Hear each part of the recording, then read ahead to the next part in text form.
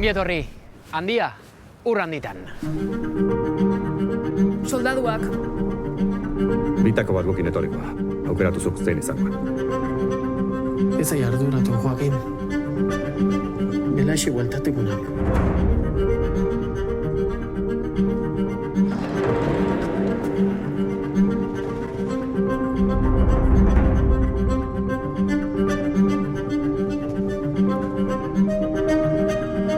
Nik ezin dugu baserri honen ardura hartu, baina negozioen ardura bai.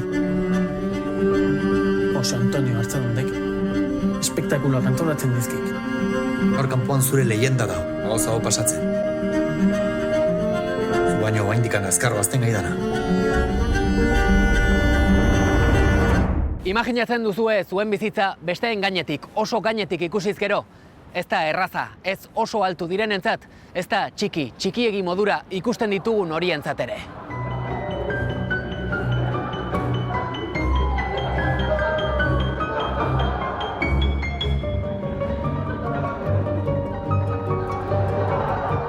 Gaur, Urranditan, neurri kontuak, batekin da fikzioa eta realitatea. Jacobo, cuanto más alto, más bobo. ¿Quiere usted decir que no para de crecer? Hemen nire amaiera izan zitekeen, baina azkenean nire hasiera izan zen. Alditik egin tontotik badaukak! Enarismo hitzak molestatzen dizu? Errespetoz esaten balin bada, ez. 2 urte de sufrimiento, hasteko 10 zentimetro. Juhu, lortu dugu. Gaixua ez, nez gaixua. Zoriontsu naiz, igual zu baino zoriontsuagoa naiz. Larandia da, erraldoia da.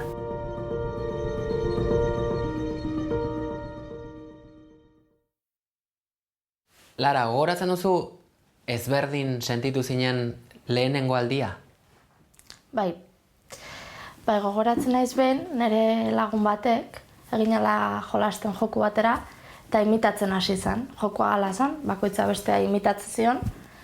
Eta hasi zen nahi imitatzen nola egiten dut nik korrika. Eta ikusi nintzen, eta esan dut Nikola ez dut egiten korrika, eta bai, ezberdin egiten nun korrika. Ezberdin ibiltzen nintzen, eta hor izan zen lehenengo aldia. Ezberdin sentitzen nintzala.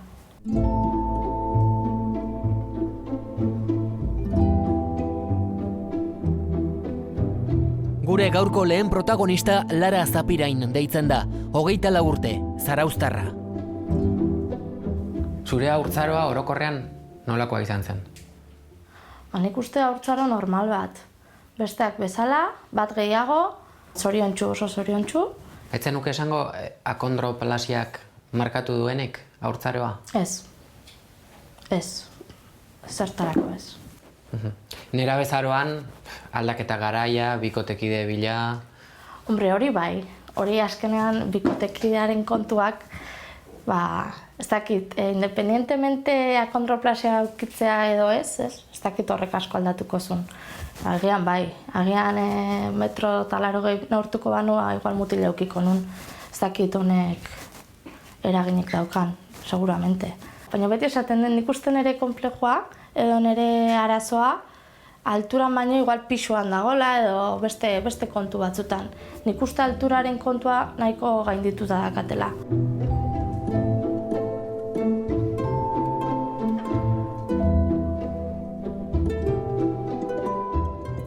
Noiz iritsi zen diagnosia, akondroplasiaren diagnosia?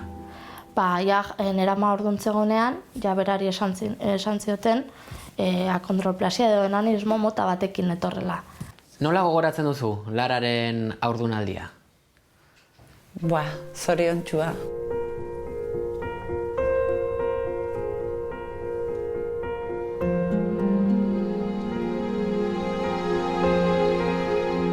Jaione Zapirain, Lararen ama da, 44 urte ditu eta Hernanin jaio zen. 19 urte nituen, noski, 19 urtekin nire plana etzen hori. Baina 0 minututik argi nuen haurdun nengoela, edozein proba egin aurretik. Eta argi nuen jaio behar zela haur hori.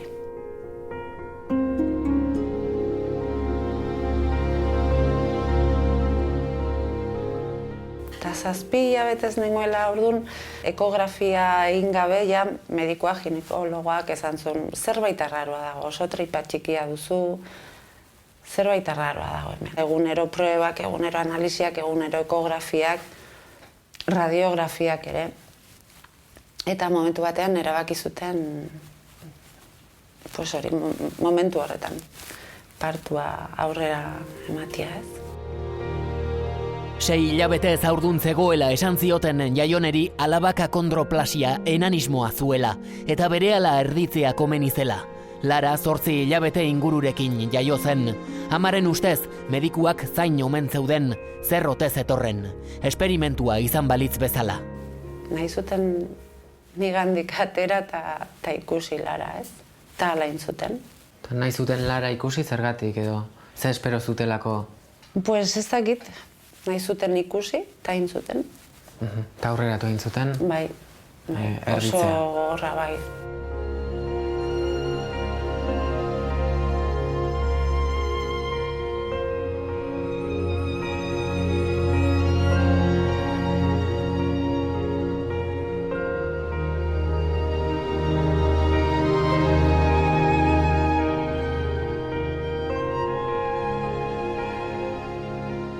Akondroplasia erabiltzen dugu, baina jende askok ez du ezagutuko. Enanismo moduan ezagutzen da, normalean. Enanismo hitzak molestatzen dizu? Pertsonalki ez, errespetoz esaten balin bada, ez.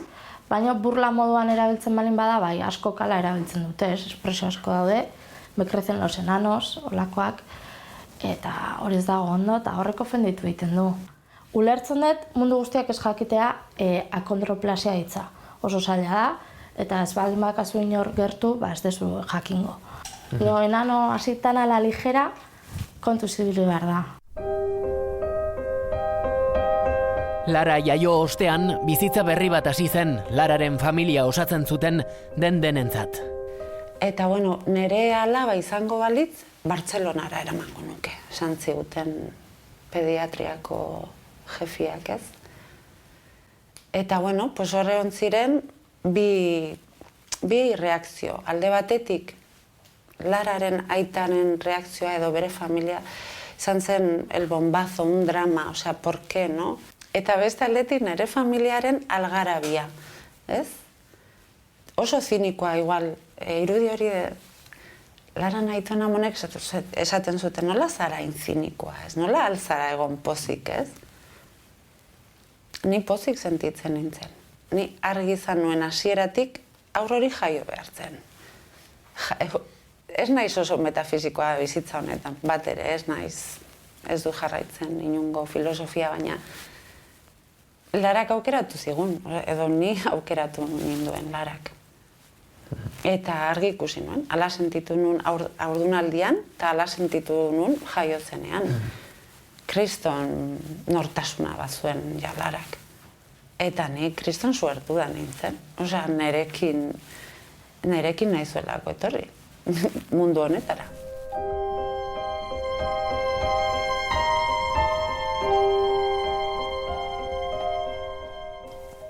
Berehala, pues hori, hasi nintzen, jo nintzen liburutegira, egia esan. Bilatzea zer zen akondroplasia.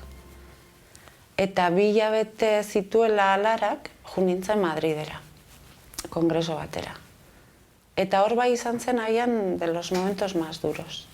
Porque ikusi nituen igual 50 akondroplasiko. Eta esan, ostras, horrela izango da nire laba. Ez da posible, ze da superpolita. Osa, nire laba zen superpolita. Osa, zen superpolita. Da superpolita orain.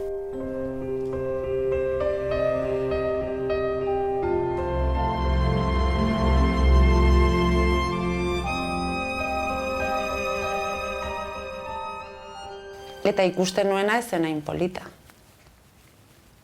Ikusten nituen oso pertsona txikiak, eta ez da tamaina bakarrik, nola ibiltzen ziren. Niretzako mugimendua edo edukazio gestuala da oso importantea, eta ostras hori niretzako izan zen gogorra. Baina pentsatu nuen, ja me enkargo jo, ez dakide limar, ez? Eta ja, Lara, igual 9 hilabete zitula, nekien pediatra baino gehiago. Fijo, baietz.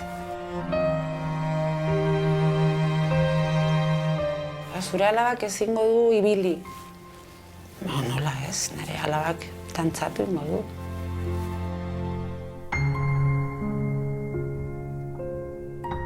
Eta zu nola sentitzen zinen, garai hartan zure senarra zenak ez onartzean Lara? Jo, igual irudituko zaizu supergogorra esatea hotz guztiarekin, baina gaizki egiteko hobez egotia nahi dute zan, ez? Gogorra, pues hori, 22 urtekin zailtasunak gehiago ziren alkilerra pagatu, edo argia pagatu esmostutzeko, edo bestia baino.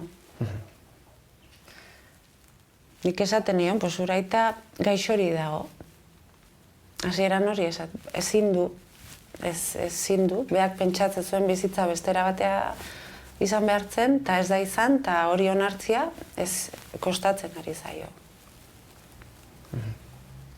Niretzako izan zen liberazio bat bezala. Porque goratzen naiz Bartzelonara juten ginela 6 hilabetero. Eta beti bere galdera zen, noiz operatuko dugu, noiz luzatuko dugu, eta ni beti ezetz esan dut, esa operazion. Osea, ez du sinisten gaina, iruditzen zait una contradicción brutal. Onartu nun jobia librenekan ni. Lara bideratzeko nahi nuen tokitik, ez? Banatu zinatenean. Bai.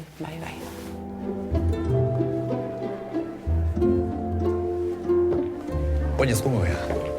Lasai, baina gelditu dabe. Urduri dago.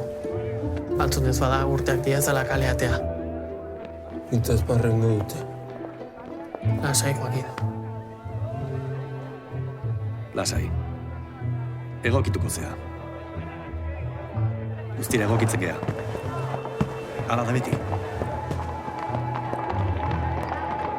Guazen, Joaquin. Guazen. Min horretan sartzeko, pertsonalki edo inguruko errealitatetan oinarritu izan zara?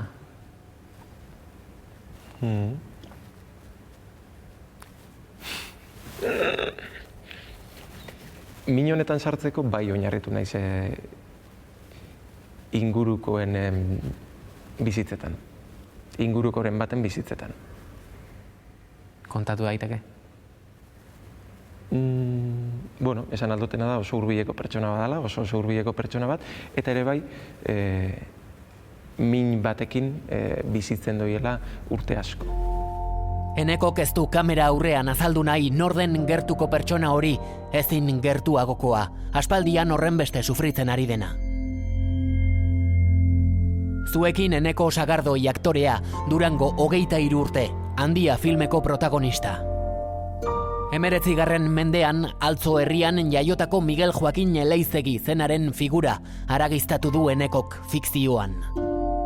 Proiektu honetan sartu aurretik, Altzoko Handiaren historia ezagutzen zenuen? Nik eneuken idearik ere nor zan Altzoko Handia. Baina polita izan zanera berien, ze orduan hor ikusi naben islatuta ere bai, mitoa eta realitatearen arteko harreman hori ez da, ze nik galdetzen hotzi, baina benetan existidu esan hau? Zerk erakarri zintuen gehien pertsonai hontatik? Azteko bere kondizio fiziku, ez da? Pertsona gaixo bat, azten eta ezten dabilena, eta funtzien dauena deskontrol egoera handi baten.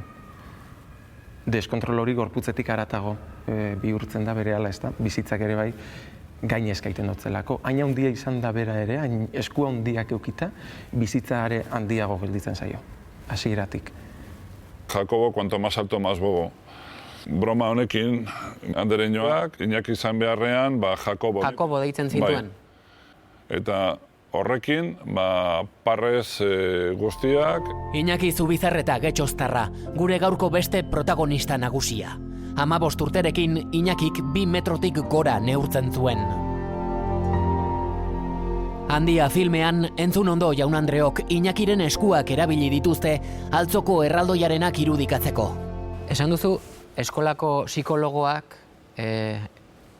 esan zuela subnormal zinela. Bai, oso normal. Iñaki con 11 años era un chaval enorme. Ahora mide 2,07, pero con 11 años pues yo creo que estaría en 1,90 y eso desde luego que destaca mucho. Era muy delgadito y la gente pues yo creo que mucho, pues lo típico que se cebaban con él y luego él no tenía un carácter para enfrentarse a ello. Oso altua da, zu normala da.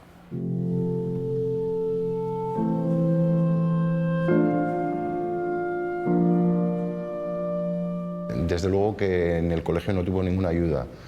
De hecho, yo creo que hubo alguna profesora que incluso con él echó a los demás niños hacia él, ¿no? Gogoratzen duzun momenturik txarrena, zein izan zen? Mutil bat, komunera joan zen, eta han botasun la gran cagada. Eta hori zer egin zuen, ni hartu, talea guztia ni hartu, burua hartu eta burua barruan.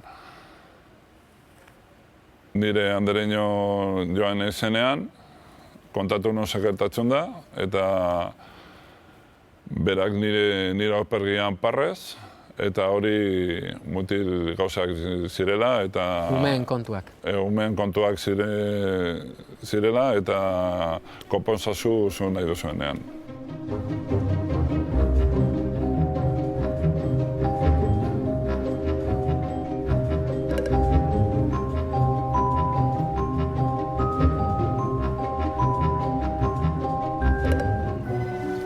Dokumentatuta dagoen gauzetako bada, markak jartzen zituztela bere neurriak ikusteko, eta nola hazten zijoan ikusteko. Hor da lehenengoa, ezta? Hau, ez daude argi, eta polita da argi ez egotea, zehola jendea etortzenean hortara jolastu behar du, baina argi dago hau bat dala, gero hau, eta azkenekoa hori, ezta? Hau, hementxe, eta gero beste kontua da, hau, ezta? Hau gero etorri zen zerbait dela. Bai. Hau, altura hau, ez da hemendik hartu behar, eta hemendik. Hori da. Edo hori izate dut hementzet, beraz, hemendik neurtu behar da zerbait da. Eta hori ere zalantzan dago. Bai. Orduan horrek baduka bere indarra. Gero dago beste bat, marka bat, dala hau. Bai. Jartzen zietela dala. Ezta? Eta galo beste hau baita. Hori da. Horko hori.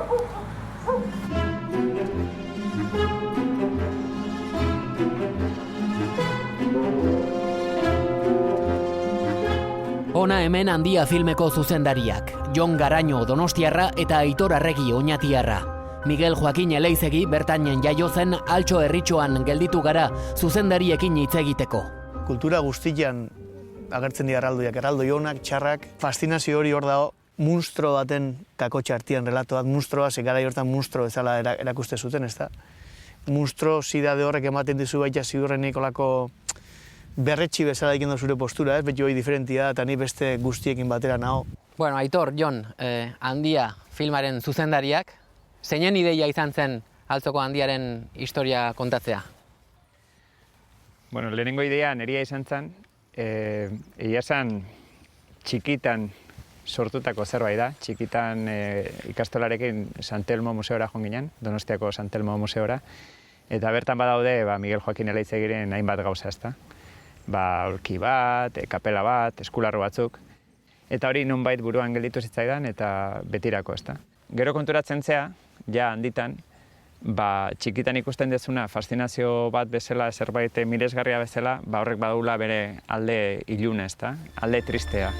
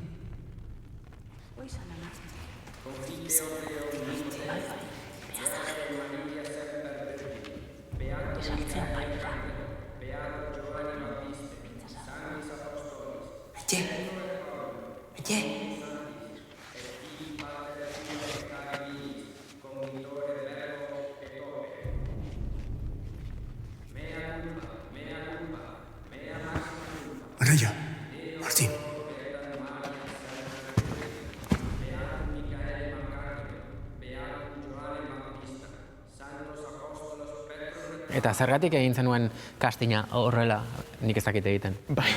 Zergatik okurritu zitzaizun haundiak horrela izan behar zuela? Gurasoen lagun bat medikua da eta akromegaliari buruz berbetan, esate zabien, rasgo batzuk arpegian mantentzen ziela kasutik kasura, ezta? Eta haien artien zegoen aginen deformazio bat, beti mandibula nahiko aterata, esku oso handiak, txepa, erdi errenak, eta buru txikia eman biharrin, zelan handitu. Eta zen, hola nuten badot, moduren baten behintzat, idea baten aldabi, ezta?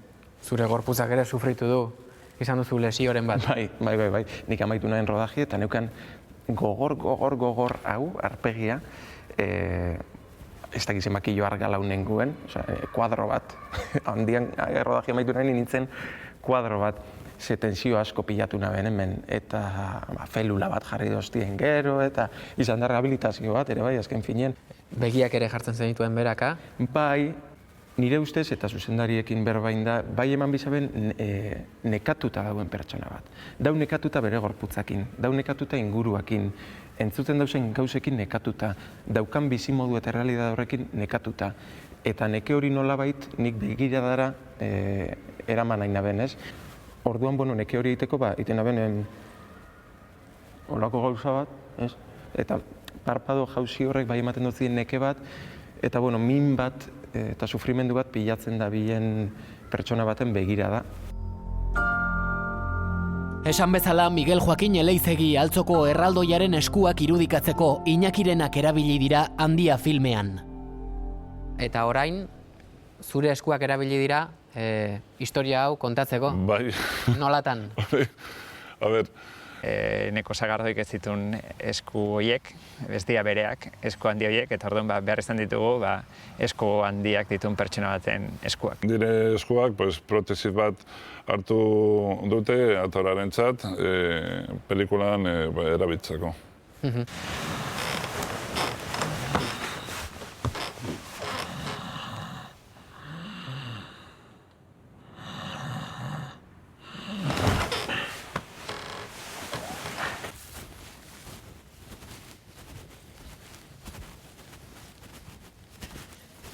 Kaixo, Iñaki? Kaixo, zemuz? Bueno, hau da, inoiz ahaztuko ez duzun lekua. Bai, lekua niretzako oso berezia da. Hemen nire amaiera izan zitekeen, baina azkenean nire hasiera izan zen.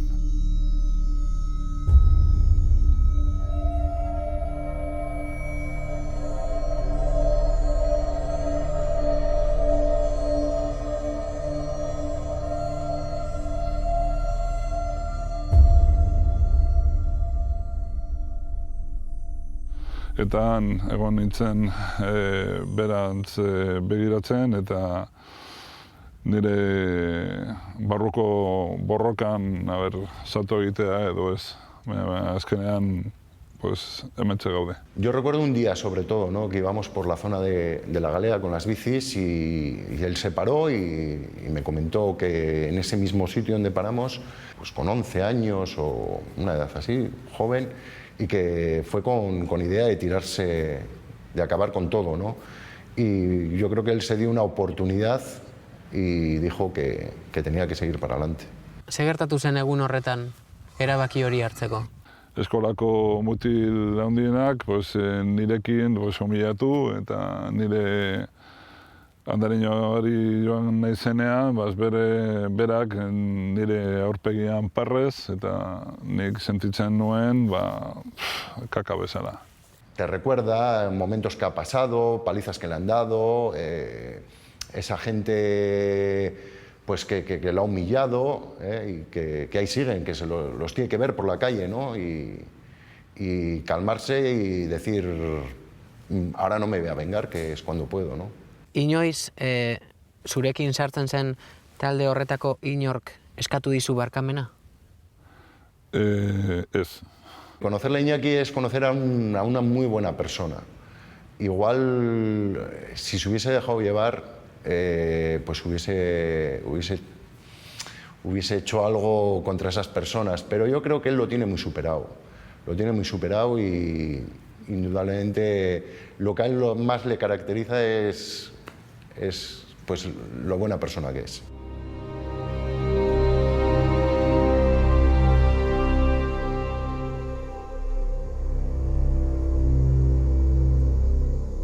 Denbora galanta han barrankuan berak ikusten, eta barruko hori borroka gogorra zer egin behar dut, bota edo ez. Eta azkenean, pentsatu nuen, nire situazioain etxean oso gorra zela. Eta ez nuen bidezkoa ikusten, nire gurasoak 3 seme galdu denbora gutxitan, eta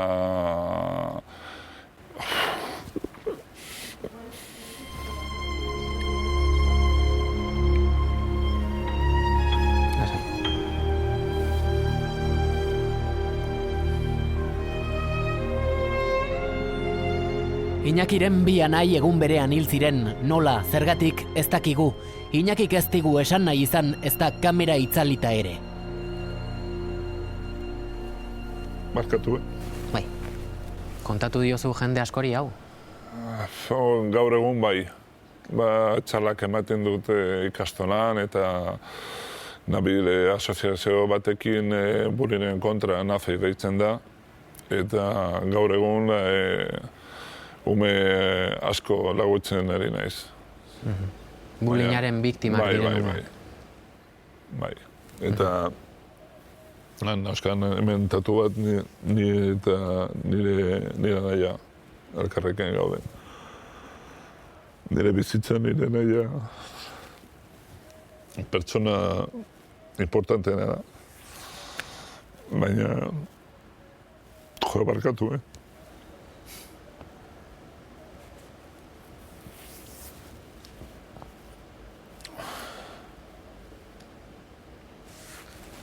Inpaktatzen duzu negarrez ikusteak.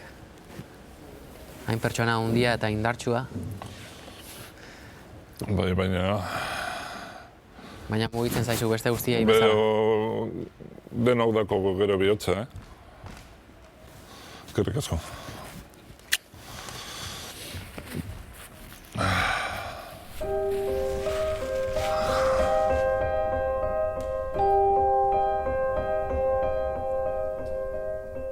Eta egun honetan promesa bat egin duen nire barruan. Eta promesa zen que no iba a permitir que nadie me volviese a anular nunca más.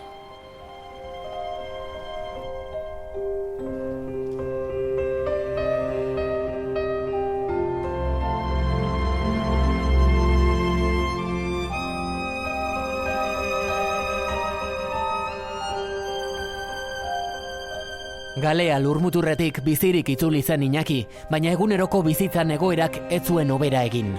Harik eta beste egun mugarri bat ailegatu zitzaion arte. Segitatzen zuen gero, poesia ikastola berriz, joan behar nun. Talde hau gau batean, beri korro bat egin du diete nire inguruan, denak jo, koiejak eta horrela.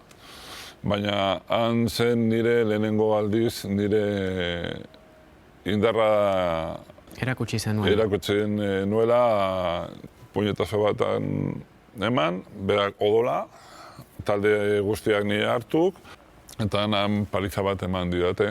Aurpegian jo, ostikadak eta horrela, eta gaur egun hemen ikutzen baduzu, hemen apurtuta dago, ikutu bat nahi duzu. Hemen, ikusten duzu? Bai.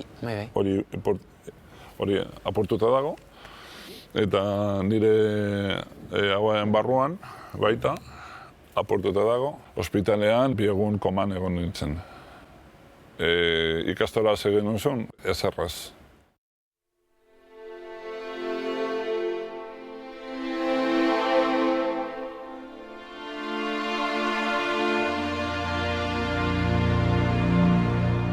Esan dizudanean, hain pertsona handia negarrez ikusteak. Gorputza da handia, bihotza baita da handia. Ziur nago zu orain, ni desberdina ikusten didazu. Negarrez ikusi ostean. Bai.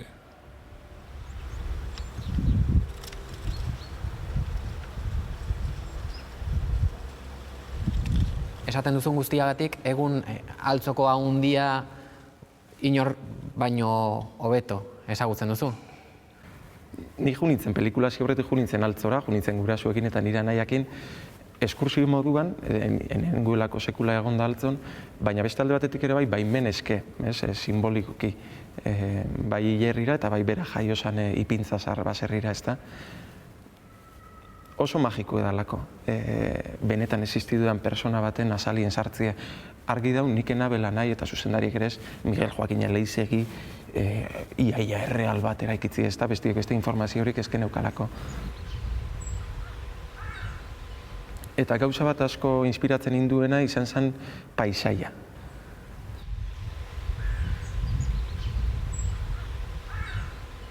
Pentsatziek Altzo eta Tolosaldeko mendi horrek, erreka horrek, bidezka horrek ikusi zabezela eta bertan, pentsatu nahi dut bertan topatu zabela arnasa eta bere frustrazioek ere bai bere humorearen eta emozioen parte handi bat paisaia hori izan zen. Salbatu zabiena askotan eta beste batzuetan seguramente oraindik eta gehiago ondoratu.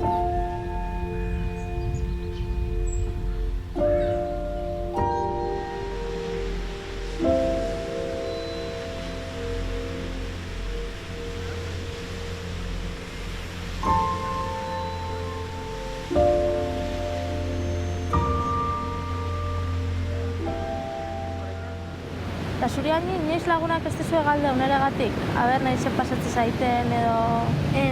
Bueno, pues aianean, hola, nahi harri bat az daitze egiten, basatio nen aizpa badakatela, gaiztasuna kasula zure zurrak ez dira azten, hori. Eta gero ikustenean kaletik eta, ze esatei zuen eretaz? Ez que ere zer esaten, bakarrikan zatieten maja zehala. Oso ondo, oso ondo. Qué bien, nire lagunak bai, zu oso maja zehala esatei jote. Nire aizpak nik uste ez dala inoiz lotxatu. Osea, nik uste kontrakoa. Beti oso harro bezala, ez, bere aizpataz. Bea txikia zanean asko kezkatzen zen. Jo, igual nire aizpa pixka zarrago danean eta bere lagunakin dagonean eta nola nahi aurkeztu, ez? Igual lotxa emango jo. Eta, jo, kontrakoa izan da. Eta horrek nahi, jo, kriston lasaitasuna eman dit. Larak nik uste dut beti izan duela, lider punto bat, eta baita atrakzio puntori. Lara erakargarria da. Guapa da. Eta nik uste dut, jo, Angi, hori zure aizpada ze guapa. Ez dakit, beti izan du mimo guztiarekin, ez kontra.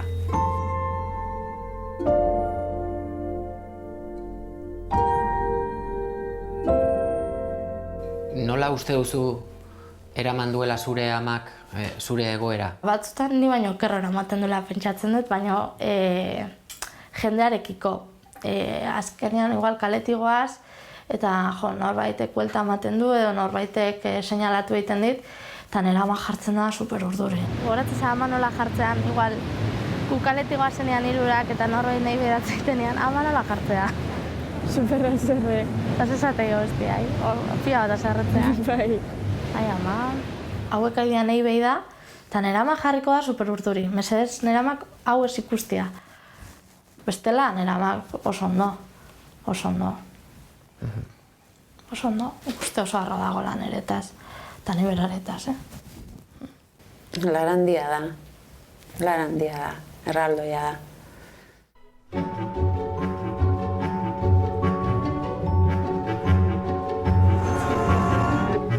Hau beti gustatzen zait esplikatzea. Ni kuriosidadea ulertzen dut, ze pertsona guztiak gara kurioso. Nire bai, eta nire bai zerbait ezberdina ikusten detenean behiratu egiten dut. Eta errespetuz, edukazioz, eta diskrezio guztiakin, ez? Tokatu izan zaizu erantzutea? Jore, igual hasieran ez, baina ikusten balen bat pasatzen nahi diala, aizu, bale, ja. Haur bat esaten bere amari edo bere aitari ikusi, ez? Larangatik. Larak beti egiten dio irri bat, edo ateratzen zaio irri goxo bat. Eta igual ama horrek, edo aita horrek, lehaze ez dakit nola esan, isiltzeko aurrari gaizki pasatzen du, mila kolorez. Eta ni orduan sartzen naiz, eta ez utzi oso, galdetzea.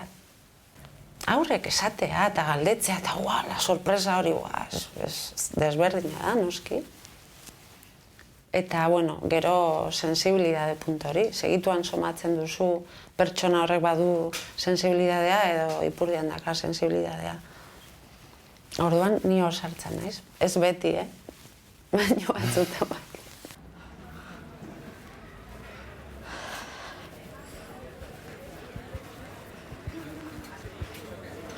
Hola, chicas. Hola, Meri. Hola, Lara. Zemoz? Ondo, ostuta, majak, ez donot zaiteu. Hombre. Ai. Abrigauta zade bintzat. Ba, eskerrak. Lanian zemoz? Ondo. Da. Agusta. Ondo, Agusta. Bai. Que bien. Zer jarriko izut? Deskafeinau bat. Izotzakin. Basuan? Bai. Asko aurreratu egiten dira, Ikusten balin baute ezin detela, o ezin izango detela, aurreratu egiten dira eta lagundu egiten diate, baina nera mai horrek kriston amurroa ematen dio. Itxoin, ikusi, beak aldu. Ezin balin badu lagunduko jozu, baina itxintzazu. Eta zuri, ematen dizu amorrua? Jo, pixkat bai. Gustatuko zitzaiten esetz esatea, baina laguntza eskatzea beti, beti ez, baina askotan, etze gustatzen. Kaixo, neskak! Kaixo! Zemoz? Ondo. Aspaldiko! Zemoz magika? Oso ondo! Ondo, dena ondo. Oso ondo dena bai. Eginan komentatzen bisitan jun berdeula.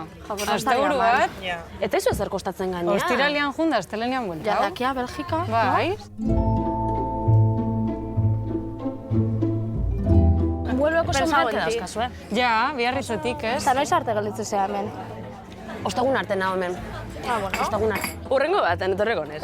Urrengo egu. Aber egitea dan,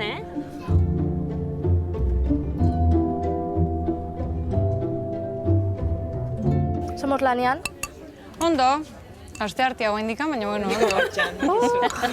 Laizte larun bata, jazta? Bueno, a ver. Aste artea, guen dikan, No te emociones. Ostirala ez da iritsi gainea. Ondo nekatuta pixkat. Goizez, aste honetan. Orduan arratsalea libre, sista Arratsalea libre, hori da. Pixka sofa pixkatola jarri Siesta. Txakurrakin sofan, ez? Bai. Zailtasunak kalean, baina gero eguneroko bizitzan, adibidez, lana bilatzerako orduan, ze beste zailtasun aurkitu dituzu? Nik ikasketak bukatu nituen, eta lagun batek komendatu zen gureaken hasteko aukera. Banekin elbarritasuna zuten pertsonentzako lana zutela. Beste enpresa guztietan kurrikuluma botatzen nuen, baina etziaten inun deitzen, eta gureaken deitu entziaten. Eta honaiz urte eta erdi lanean, da kriston guztua honaiz. Lehenengo aukera beraiek eman ditela. Beste inorek ez, oain bai beste enpresa batean nago, gureakek ateak zabalik laga daizkit. Gizartea ez dago Lararentzat behar bezala egokiturik, ez da ere Lara bizi den etxea, amak berak horrela erabakita. Nondik nora halako erabakia, Jaione? Eske, ostras, taburete batekin alda moldatu. Xabier, benetan, igotzen zara, bakarrik bat zaude, pues buskate la vida.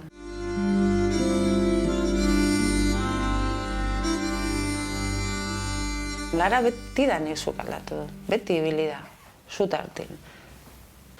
Bai, zailago duela, bai. Igual beste alabak zailago du, ausarta ez delako. Laguntza psikologikoa jaso duzue? Jaso genuen momentu konkretu batean operazioarekin lotuta. Nik uste dut hori izan zen un antes y un después. Operazio batekin saiatu zinen azten.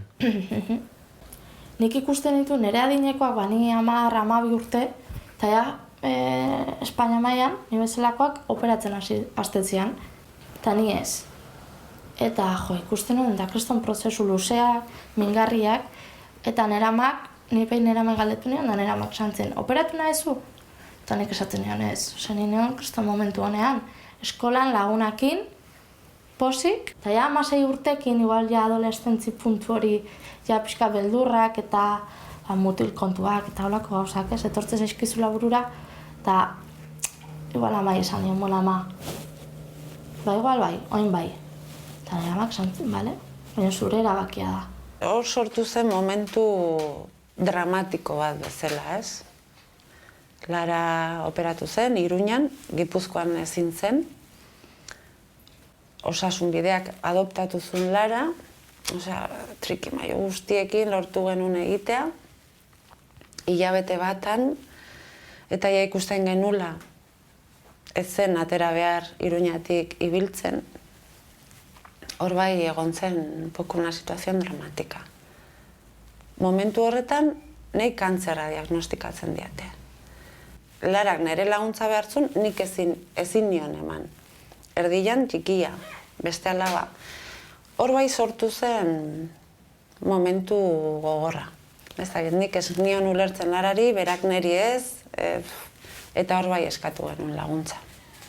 Zuk nahi etzen nuen operazioa, esan duzu kontra esan bat zela. Bai. Zergatik? Ez dakit, ez dago proportzionatuta. Iruditzen zait dela konponbide bat, totalmente desproporzionau. Lortzeko 10-20 zentimetro horiek, behar den borroka, ez tremenda. Niretzako soluzio hori, soluzio bezala, ez du konpensatzen arriskua. Pentsatzen dut, 16 urteko neskatxo bat, ezin duela leggings batzuk jantzi, bakero pitillo batzuk jantzi, eta derrepente jantzi bakero batzuk, edo ez egotia bestien ipurdien mailan, porque pentsatu behar dugu zer den bestien ipurdien neurrian egotia, ez? Eta derrepente koska bat igotzea dan hori eta neske guztiei edo ia guztiei gustatzen zaigu derrepente, ostras, 10 zentimetroko takoi bat, ostras, ke puntazo, nos da como un subidon. Pentsatzen dut, bai behar dutela alde batetik. Baina bizitza ez zaizu aldatzen. Zure rasgo guztiak berdina dira. Pentsatzen dut, olako haur bat sartzen dela kirofanoan, pentsatzen irteratzerakoan ez dela enano izan behar, ez dela akondroplasikoa izan behar, bere burua bestien bezala izango da. Bere eskuak, bere bizkarra, bere ibiltzeko era, baino ez, berdinak izango dira. Bakarrikan, eramaten dutela 2 urte de sufrimiento, hasteko 10 zentimetro. Juhu, lortu dugu, ez?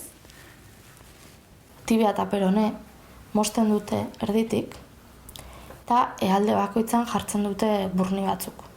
Burni horiek egunero tornio batzu ematen diezu buelta bat, eta irekitzen juten da. Junintzan pixkanaka estiratzen, kristo mingarria da. Ezurrak pixkat altuago, baina ez daude oso ondo. Txorkatilak oso gaizki gelditu dira. 20 kilo gehiago daskazu. Eta muskulatura guztia galduta. Eta oendikan, ja urte asko pasadea, 6 urte pasadea, eta ondi rekuperatzen nago. Eta nik uste bizitza guztia hola izango dela, rehabilitazio bat.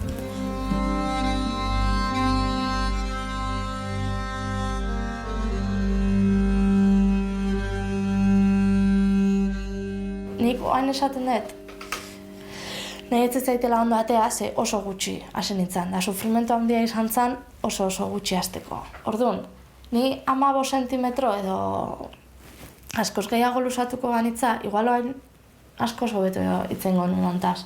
Eta esango nizun bitu bai, pues ha merecido la pena. Baina nire ustez honegatik ez. Etzun pena merezi. Esperantza zertzelako, 15 zentimetro hasteko esperantza. Esperantza zan 15 zentimetro, eta ondo ateratzen balin bazan, gero femurra, beste hankardia, beste 15 zentimetro guztira, 30. 30 da nire etxeko taburetak neurtzen dutena. Zuzen bat hasi zinen? 8 zentimetro. Beraz damutu egiten zara pixkat? Bai, guztiz. Badato horrenekoa.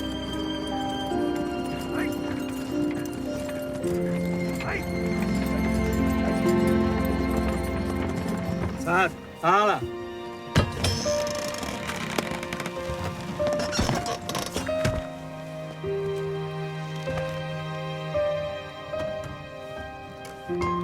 Joaquin, datoz hona.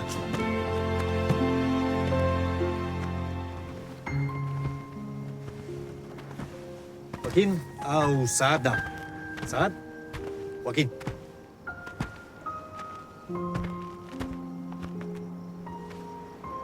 Saad.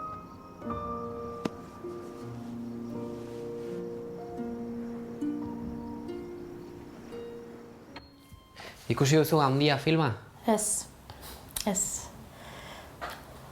Ikusin beharko, Baina,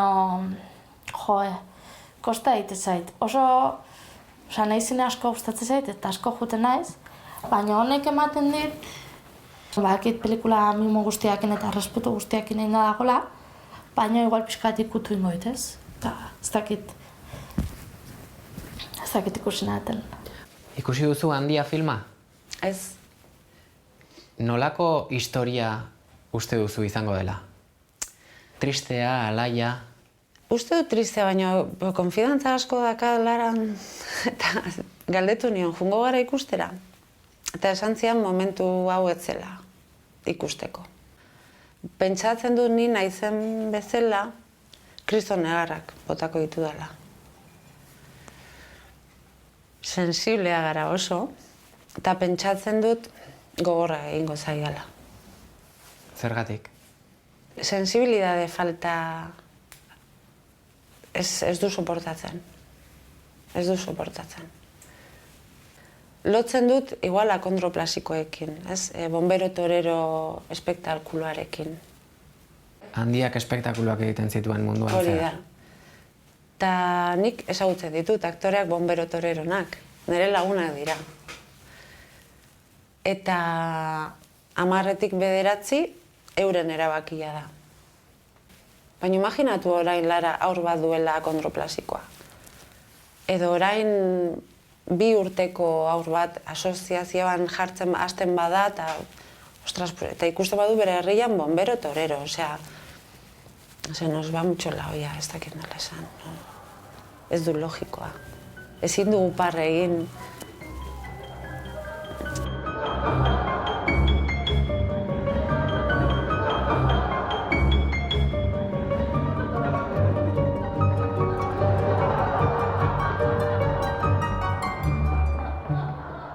Altzoko Handian ikusten da,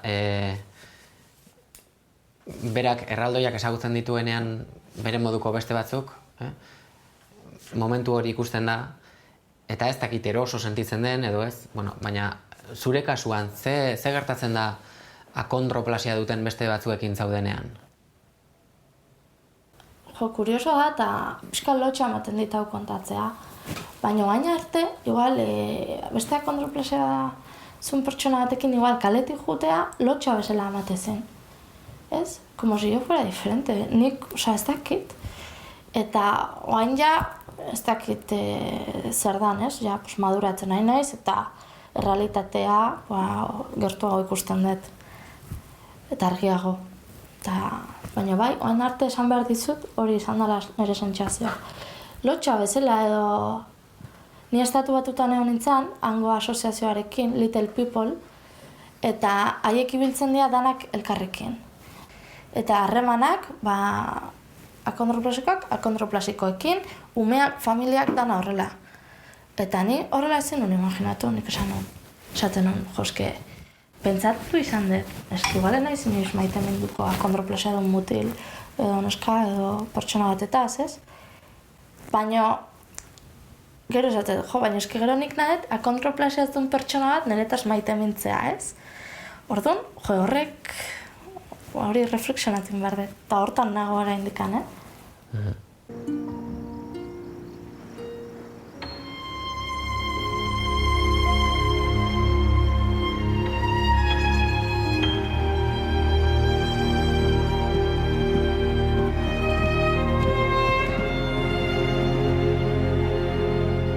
Izan duzuen feedbacka orain arte oso ona izan da, ez? Orokorrean oso pozik daude pelikulak izan duen harrerarekin.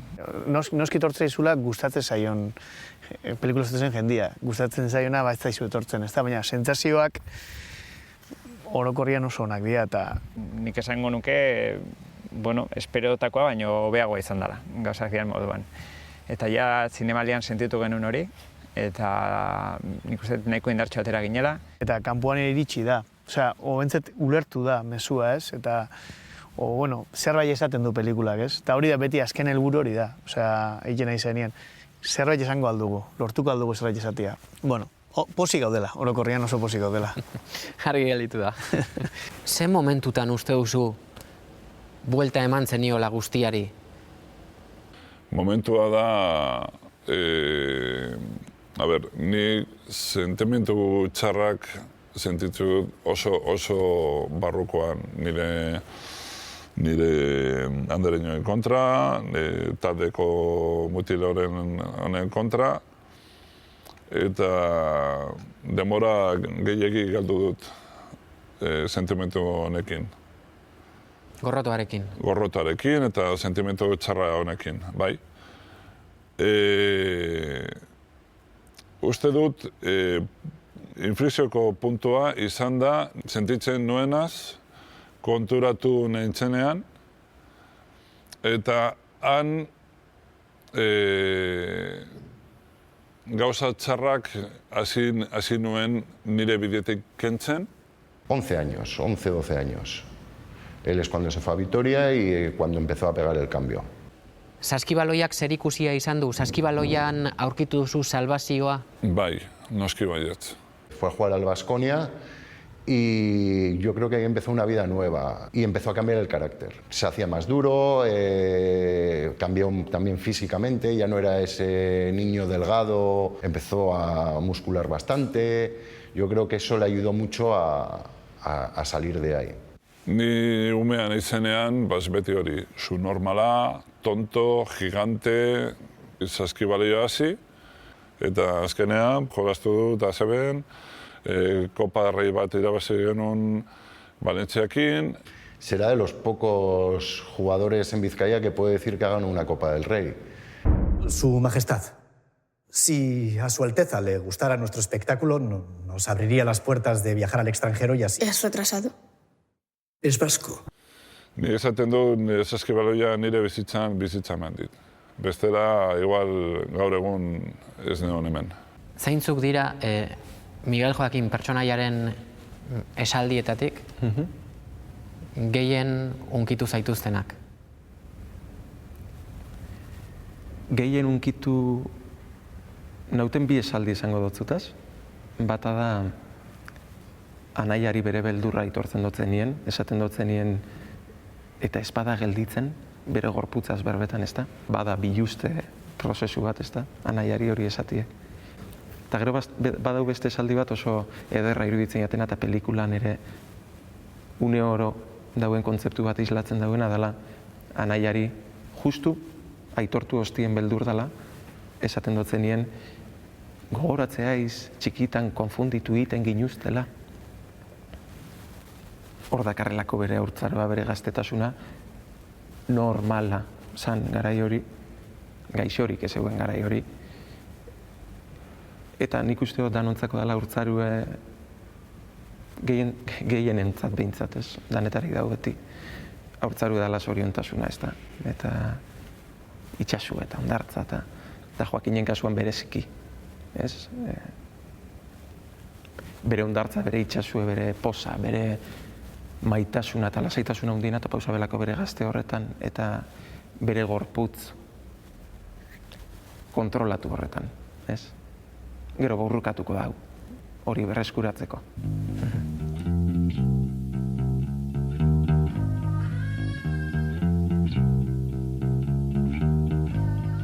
Duela urte batzuk ona etortzean, buruan zeneukana badakigu. Baina orain ona etortzean, zer pasatzen da zure burutik? Hemendik lasaitasuna.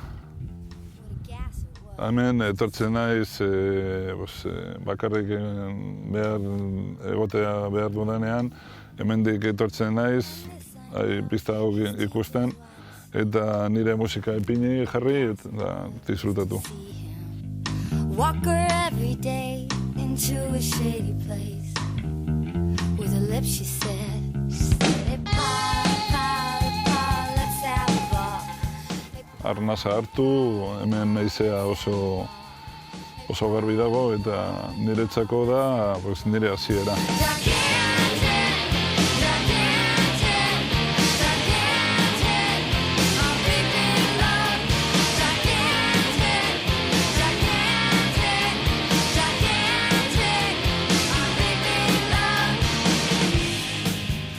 Zure Lararen definizioan ez da ezberdin hitza sartzen. Ez, porque zu ere ezberdin zara. Eta ni ere, esan dizut hasieran. Hemendik ikusten dut ezberdin zarela.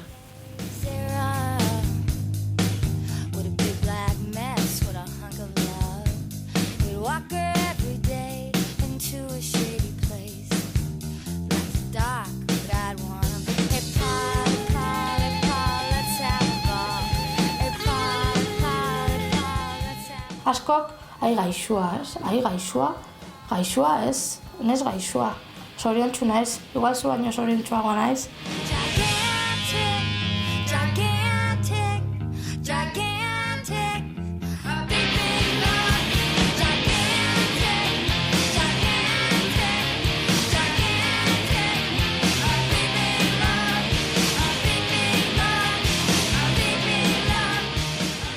Egun oraindik ere kaletik zoazenean desberdin sentitzen zara. Gaur egun ez, pasatzen dut.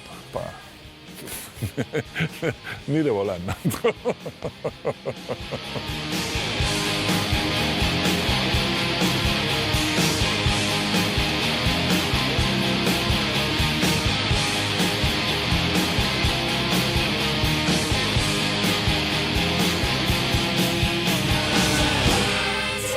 Baina igual niretzako ere ez dago egokituta bizitza hau.